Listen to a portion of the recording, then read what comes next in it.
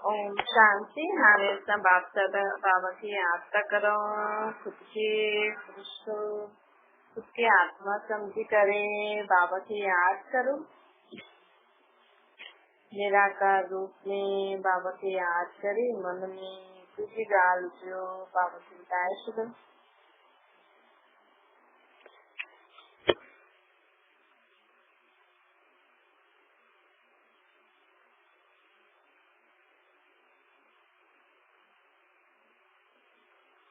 ओम शांति। अति मीठा मीठा शिव बाबा मध्य तन द्वारा मीठे मीठे बार बाबा चवंता कि असांखे कॾहिं बि क्रोध न अचे।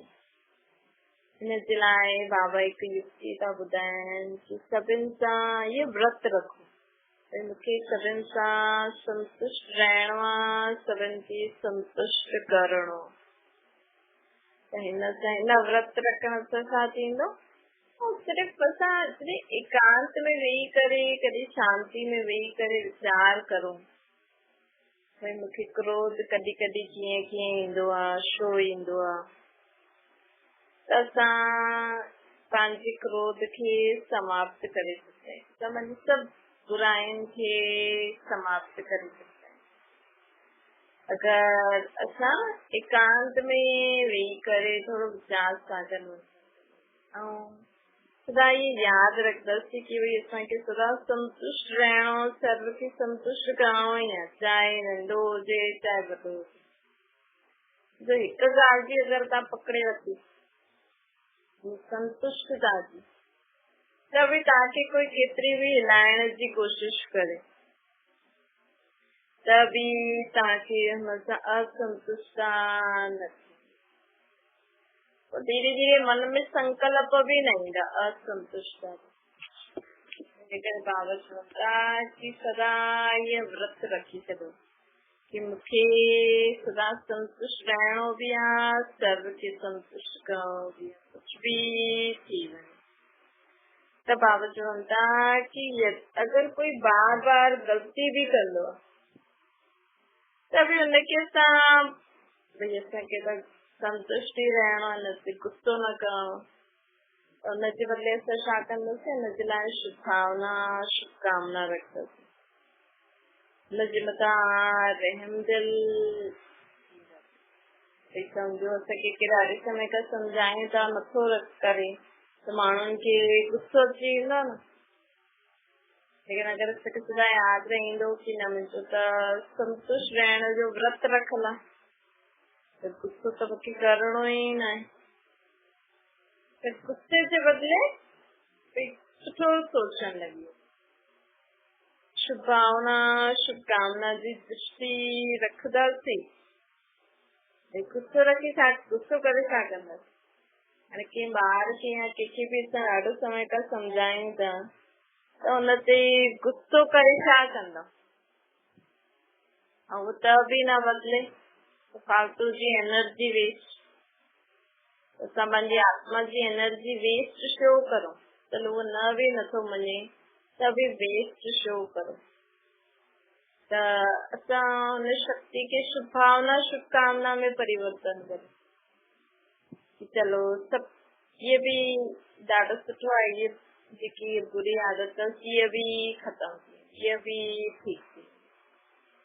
हुनखे बार बार ईअं न चईंदासीं न भई नथो वञे वरी ईअं थो करे त ईअं करे करे करे करे आख़िर माण्हुनि खे पोइ गुस्सो अची वेंदो। इन जे बदले असां हुननि जे प्रति शुभ भावना शुभकामना करो, न ठीकु थी हुनखे ईअं बि न चओ त नथो वञे ॾिसो ईअं थो करे। त ये असांजी आत्मा जी एनर्जी बोल में सोच में खत्म थिए थी, हुनजे बदले असां शुभ भावना शुभकामना ये अभ्यास करणो। बाबा असांखे भगवान बाबा स्वयं परम पिता परमात्मा असांखे अभ्यास करणु सेखारींदा आहिनि कि अभ्यास करो। सिर्फ़ चइण सां ॿुधण सां न थींदो, हर कम करण सां। प्यास लॻंदी त पाणी गिलास में पाणी खणी पीअंदव न, ये थोड़ी चईंदुसि कि मूंखे प्यास थी लॻे प्यास लॻे थी त उथी करे पीअणो ई पवंदो त पुरुषार्थ त करणो ई पवंदो इन स्व खे परिवर्तन करण जो बि पुरुषार्थ करणो तो सोचण जो बि पुरुषार्थ करणो त बाबा चवनि था कि हाणे सदा शुभ भावना शुभकामना जी दृष्टि रखो त जी सब परिवर्तन ॿियो बाबा चवनि था कॾहिं बि मुंहिंजी कहिड़ी बि ॻाल्हि में पर भॻवान ते कॾहिं बि असांखे संशय न करणो माण्हू सोचते न ॾिस भॻवान असां ईअं कई कॾहिं कॾहिं केरु भॻवान खे ॾाढो मञंदो आहे लेकिन अगरि केतिरो सुठो न थींदो आहे त सोचंदो भई भॻवान मूंसां ईअं कयो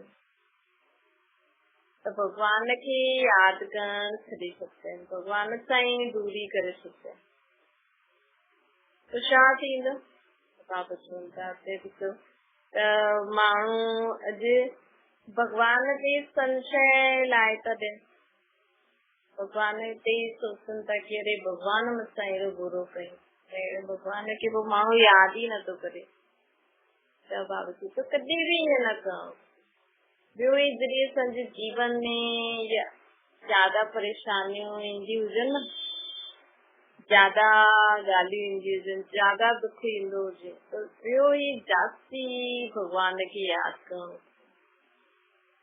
त बाबा चवनि था ख़ासि करे जॾहिं ॻाल्हियूं थींदियूं आहिनि न त साक्षी थी करे ॾिसणो खपे खुद खे आत्मा समझी करे परमात्मा खे यादि करे हर ॻाल्हि खे ॾिसंदो न त हर ॻाल्हि में कुझु गहराई आहे हर ॻाल्हि में कुझु कल्याण ॻाल्हि खे ॻाल्हि जी रीति न ॾिसो न असांखे ईअं चई न ईअं कयूं असांखे हुन ॻाल्हि जी गहराई में वञिणो हुन में छा कल्याण आहे उहो वीचार करणो हिन रीति अगरि असां हर ॻाल्हि खे ॾिसंदासीं न त असांजे जीवन में असां ॾाढो ई धैर्यता पूर्वक सुख शांति सां हलंदा कॾहिं बि भूले करे बि केतिरो बि दुख परेशानी हुजे त शरीर द्वारा चाहे कंहिं संबंधनि द्वारा लेकिन कॾहिं बि असांखे भॻवान सां नाराज़ न थियणो खपे भॻवान खे कॾहिं न चइणो खपे कि भॻवान मूंसां बुरो कयो त इहे बि असां हुन लाइ ग़लति था चऊं जेको असांजे लाइ सभु कुझु सुठो कंदो आहे हाणे तव्हां हाणे भॻवान खे हिन जन्म में ॾाढो सुठो यादि था करो पर तव्हां पिछले जन्मनि में छा करे आया इहे तव्हांखे पतो न आहे चलो हिन जन्म में जॾहिं खां तव्हां यादि था करो लेकिन हुन खां पहिरियों खां अगरि तव्हां न यादि कंदा वञो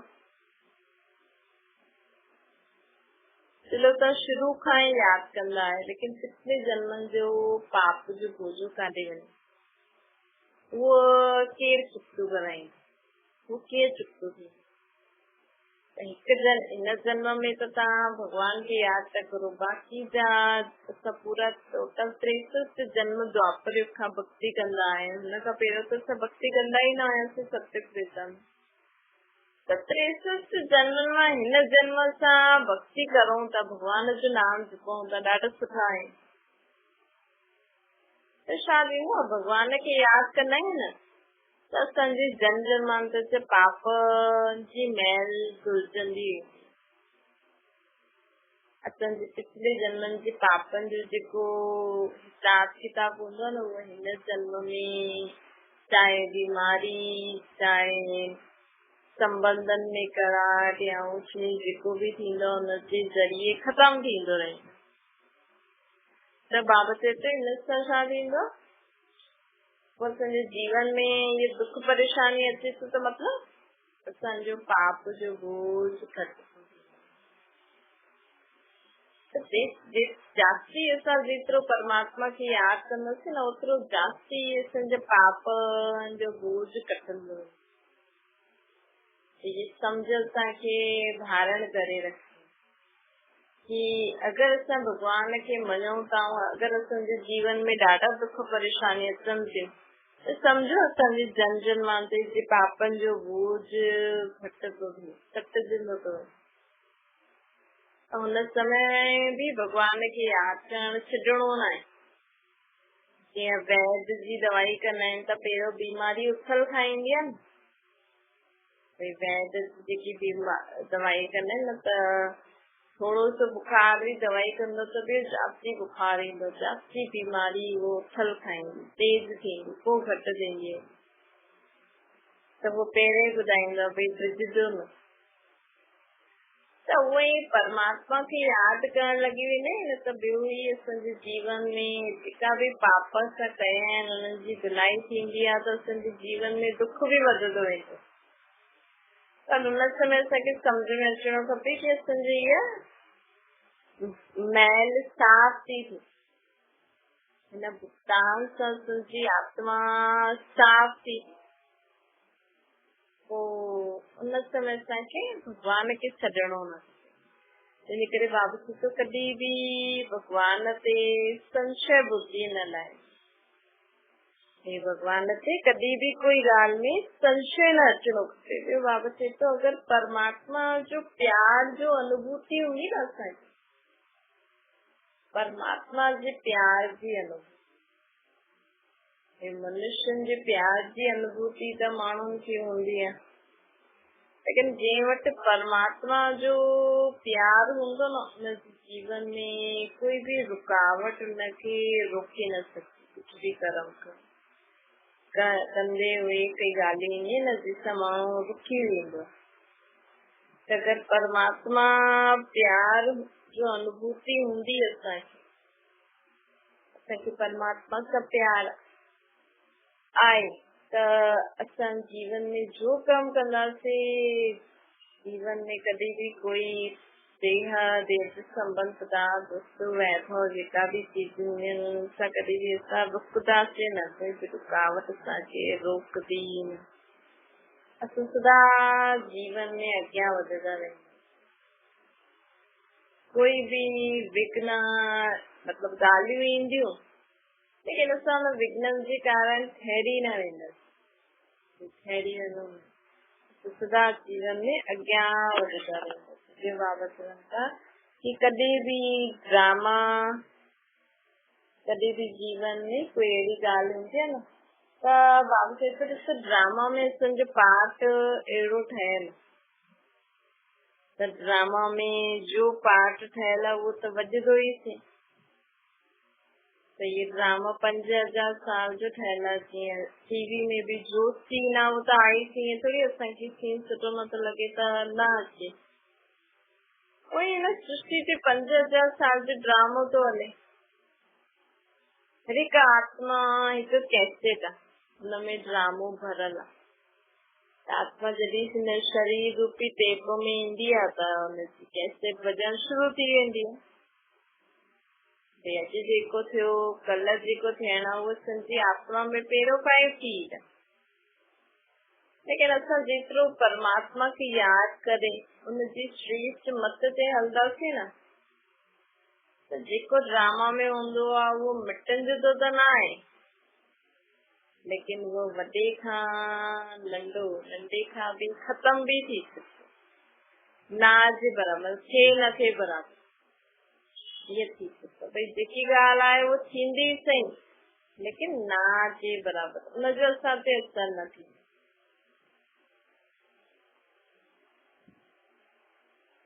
जेको पास थी आहे उहो थींदो, लेकिन असां अगरि परमात्मा जी यादि में रहंदासीं, हुनजी श्रीमत ते हलंदासीं त उहो दुख जो प्रभाव, वो परेशानी जो प्रभाव, वो शरीर जी बीमारी जो प्रभाव, वो परिस्थिति जो प्रभाव असांखे जीवन में कॾहिं भी हिलाए न सघे, डगमग न करे।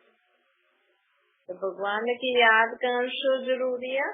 छो जी जेको असांजे कर्मनि में असां लिखियल आहे पिछले समय जो वो तो थींदो ई सही, जेको ड्रामा में सीड आहे उहो त थींदो ई सही, लेकिन जेके बुरे कर्मनि जो फल असांखे मिलंदो हुनजो प्रभाव जास्ती न हूंदो। जेकर असांजी आत्मा रूपी कैसेट में लिखल आहे दुख, हुनजो प्रभाव जास्ती न थींदो। त हिन रीति असांखे बाबा चवनि था कि ड्रामा खे सुठी रीति सम्झी करे हलो। कॾहिं बि ईअं न चओ ईअं छो थो थिए, ईअं छो थो करे, न ईअं छो चई। शो मतलब अगर कोई ड्रामा में चए कैसेट हले थी और माण्हू चई ईअं छो थो करे, न हिन सां ईअं छो कई, अरे हुन ते पार्ट हुयो न विधाई। असां ईअं शो था करो। चईंदा न माण्हू अरे हो त नाटक हुयो, हुनमें त ईअं हुई, हाणे शो कई छा कई। अगर माण्हू जास्ती सोचे त दिमाग़ में वेही रहंदा न। त उहे ई बाबा चवनि था कि हाणे शो छा कीअं, अहिड़ा सभु प्रश्ननि खे समाप्त करे ड्रामा में जो आ वो सुठी रीति समझी करे हलदा। बाबा की याद करे, कभी भी संशय न अचणो खपे। ॿियो बाबा चए थो कि मुंहिंजा मातेला ॿार थे। दुनिया में माण्हू सोतेला भी हूंदा आहिनि, मातेला भी हूंदा आहिनि। त अॼु बाबा असांखे चए थो कि मुंहिंजा मातेला ॿार थी करे रहो, सोतेला न ठहो। मातेला खां चयो मञण वारा, जेका परमात्मा जो चयो मञदा आहिनि न, परमात्मा जी श्रेष्ठ मत ते हलंदा आहिनि। सिर्फ भगवान खे यादि करण, उनजे नाम जो जाप जपण, आरतियूं करण न थींदो आहे कुझु बि। हा भई तॾहिं असां भगवान जा प्यारा न थींदासीं। असां भगवान जा, परमात्मा जा प्यारा कॾहिं थींदासीं? सिर्फ परमात्मा जो असांखे श्रेष्ठ मत थो ॾे, उनखे जीवन में धारण करे हलंदासीं। तव्हांजा ॿार तव्हांखे चवनि मम्मी मम्मी पापा पापा बसि ईअं ई कंदा रहनि, त केतिरो बि मिठो करनि, त केतिरो बि तव्हांजी महिमा जा गीत ॻाइनि, त तव्हांखे पसंदि ईंदो? तव्हांखे कहिड़ो ॿार पसंदि ईंदो? जो तव्हांजो चयो मञे, जो तव्हांजे कदम ते कदम रखी हले, उहे ई ॿार पसंदि ईंदा न। बाक़ी जो चईंदो मम्मी मम्मी पापा पापा उहो थोड़ी पसंदि ईंदा। पर चइण में त आहे असांजा ॿार, लेकिन पसंदि त न ईंदा न, उन्हनि ते एतिरो जिगरी प्यार त न हूंदो। त उहे ई बाबा चवनि था कि सिर्फ़ मूंखे ईअं न कि हा भई असां भॻवान जे नाम जपियो, असां भॻवान जे नाम जा पाठ कया, सत्संग कयो, कीर्तन कयो, नाम जपियो, असां भॻवान जी सारी मूर्ति रखी आहिनि, असां हेॾा तीर्थ करे आया आहियूं, असां ईअं करे आया आहियूं। न साईं, सिर्फ़ परमात्मा प्रसन्न न थींदो। भगवान प्रसन्न कॾहिं थींदो? जॾहिं असां हुनजे चए ते। परमात्मा असां ते राज़ी कॾहिं थींदो आहे? जॾहिं असां हुनजो चयो मञ, तॾहिं त उहो असां ते राज़ी थींदो न। तॾहिं त उहो असांखे प्यार बि कंदो, शक्ति बि ॾींदो। तॾहिं असां हुनजा मातेला ॿार कहलायूं, सौतेला ॿार कहलायूं। सौतेला आहियूं त सही, लेकिन चयो नथा मञूं, हुनजे कदम ते कदम नथा। माण्हू ईअं ई था करनि था, सोचनि था असां मंदिर था वञूं, टिकाणे था वञूं, असां हेॾो पाठ था करूं, हेॾो ईअं था करूं, लेकिन बाबा चए थो कि तव्हां मुंहिंजो चयो केतिरो था मञो, इहे त चेक करो। हिन अनुसार ख़ुशि माण्हू अगरि कोई व्रत रखे थो, कोई जप तप करे थो, कोई घर में आरतियूं करे थो, पाठ करे थो, कोई भागवती गीता ई कराए थो, त ख़ुशि थो थिए कि असां त भगवान प्रसन्न आहे, असां भगवान जो इहे कराए।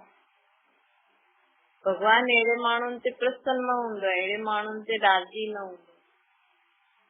हा ठीकु आहे, अगरि तव्हांखे त बि कुझु मिले थो करे थो त तव्हां चओ, लेकिन परमात्मा जो प्यार, परमात्मा जी शक्तियूं, भगवान कंहिंखे दिलि सां चईंदो आहे कि मुंहिंजो ॿार आहे। तव्हां चलो रोज़ भगवान जी भक्ति कंदव त तव्हांखे थोरी बहुत शक्ति त ॾींदो ई सही, लेकिन दिलि सां केरु ॾींदो, कंहिंखे ॾींदो?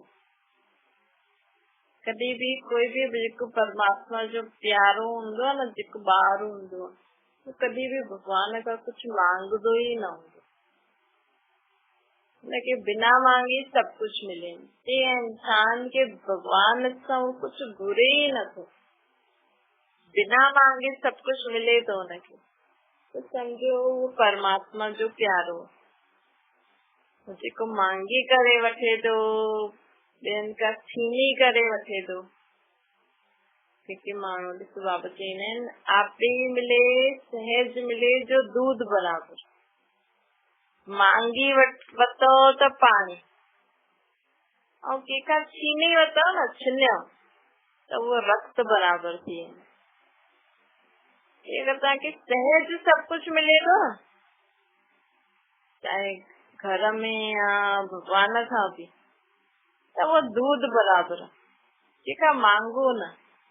भई तव्हांजो जो हक़ आहे, तव्हांजो जो कुछ बि आहे उहो तव्हांखे सहज मिलणो ई आहे, काॾे न वेंदो, एॾा निश्चिंत रहणो आहे।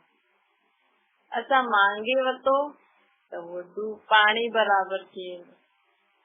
भई असां मांगियो भई असांजी हक़ आहे असांखे ॾियो, ऐं असां कंहिंखां छीने वरितो, चाहे धन चाहे संपत्ति चाहे कोई चीजियूं, या भगवान खां बि माण्हू रड़ियूं करे करे करे हिनखे छो ॾिनी, मूंखे ॾे, हीअं ॾे हीअं ॾे, सम्झो ॿियनि जो भाग्य पंहिंजी सुठी चीज ॾिसी हुननि खां छीननि था जीअं।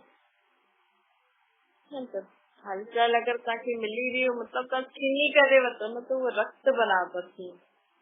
अॼु माण्हू ॾिसो कंहिंजे भाग्य में अगर सुठी चीजियूं संपत्ति न आई, लेकिन वो ॿियनि खे ॾिसी करे, ॿियनि खां मांगी करे, घुरी करे वो चीजियूं पंहिंजे घर में पंहिंजे ॿारनि खे ॾियनि था, त हुन सां वो ख़ुशी न थींदी। वो उन ॿारनि खे ओड़ी ख़ुशी, ओड़ी प्राप्ति, ओड़ो सेटिस्फेक्शन न हुन घर में कंहिंखे। तव्हांजे घर में जो आहे न, जो तव्हांजे भाग्य में आहे उहो तव्हांखे मिले ई थो। अगर कोई तव्हांखे ॿियो अची करे आपे ई ॾे थो न, त सम्झो उहो असांजे भाग्य में। लेकिन अगर तव्हां वटि कुछ बि न आहे ऐं तव्हां ॿियनि खे ॾिसी रीस करे उन्हनि खां मांगो था कि असां वटि इहे न आहे, असांखे हिन जी ज़रूरत आहे, असांजे ॿारनि खे ईअं न आहे, ॿारनि खे ज़रूरत आहे, त जेको बि अगर तव्हांखे मिले बि थो त उहो पाणी बराबर थो थी वञे। उन सां उहा चीज मिली भी वेंदी, वो खाइण पीअण मिली भी वेंदो, लेकिन संतुष्टता न थींदी, वो ख़ुशी न रहंदी, वो पचंदो न आहे। ऐं अगर तव्हां ॿियनि खां छीनी वठो कि नहीं त असांजो असांखे ॾियो, हिनखे छो ॾिनो अथव, छीनी वठो, जंहिंजो आहे उहो न वठाईसीं। ऐं अगर तव्हांजो हूंदो त उहो आपे ई तव्हांखे ॾेई छॾंदो, लेकिन माण्हू छीनदो न, ये वक्त बराबर थींदो। वो तव्हां वटि चीज अचे बि, वो धन संपत्ति वो चीजूं हूंदियूं बि, पर तव्हांखे कॾहिं बि हुनमें सुख शांति ख़ुशी न थी। हुनमें तव्हां छीनी करे वरितो त सही, पर कॾहिं बि हुनमें वो वधंदो न, बरकत न ईंदी। इन करे आपे मिले, सहज मिले तो दूध बराबर। दूध पियो, दूध त केॾो ताक़तवर थींदो आहे न, त उहो सुठो न।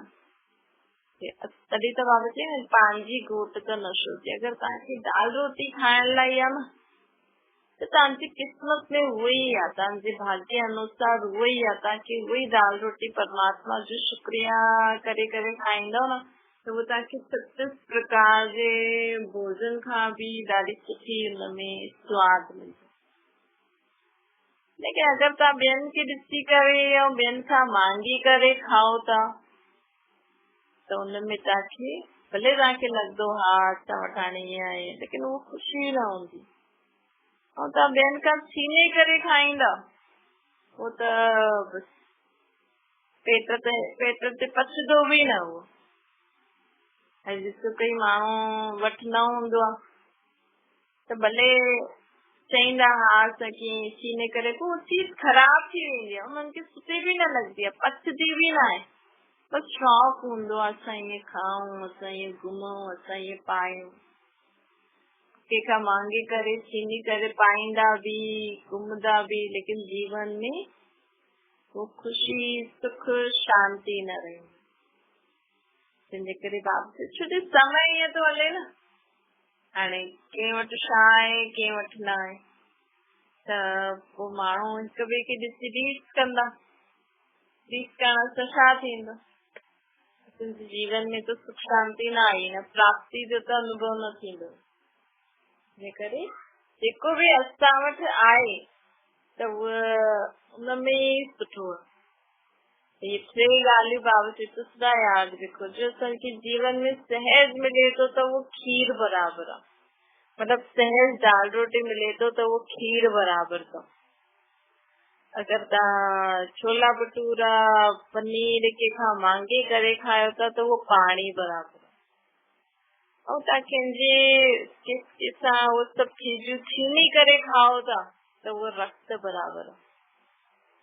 तव्हांखे छा पसंदि आहे? तंहिंखां सुठो त असां दाल रोटी परमात्मा खे यादि करे खायूं, कम से कम असांजी आत्मा और शरीर खे ताक़त त मिलंदी। अच्छा, मीठे मीठे सिकलते ॿारनि प्रति माता पिता बाप दादा जो यादि प्यार और गुड मॉर्निंग। रूहानी बाप जी सभिनि रूहानी ॿारनि खे नमस्ते। संजीवी रूहानी माता पिता बाप दादा खे यादि प्यार गुड मॉर्निंग और नमस्ते। वरदान संतुष्ट रहण, सर्व के संतुष्ट करण वाला, शुभ भावना शुभकामना संपन्न था। ब्रह्मण अर्थात सदा संतुष्ट रहण और सर्व के संतुष्ट करण वाला। ये करे कुछ भी थी वञे, कोई केतिरो भी हिलाइण जी कोशिश करे, लेकिन संतुष्ट रहणो करणो ही आहे। ये स्मृति रहे त कॾहिं भी असांखे गुस्सो न ईंदो।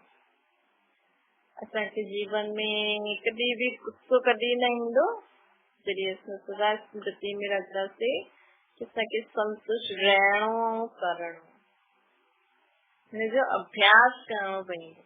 यदि कोई बार बार गलती करे तो उनके परिवर्तन करण जे लाइ गुस्सो न करो, बल्कि रहम दिल थई करे शुभ भावना शुभकामना जी दृष्टि रखो तो वो सहज परिवर्तन थी। लोग ना परमात्मा प्यार जी अनुभवी ठहो तो कोई भी रुकावट असांखे रोके न सके। परमात्मा जी प्यार जी अनुभवी ठहो तो कोई भी रुकावट असांखे रोके न सके। ओम शांति। बाबा खे याद करो।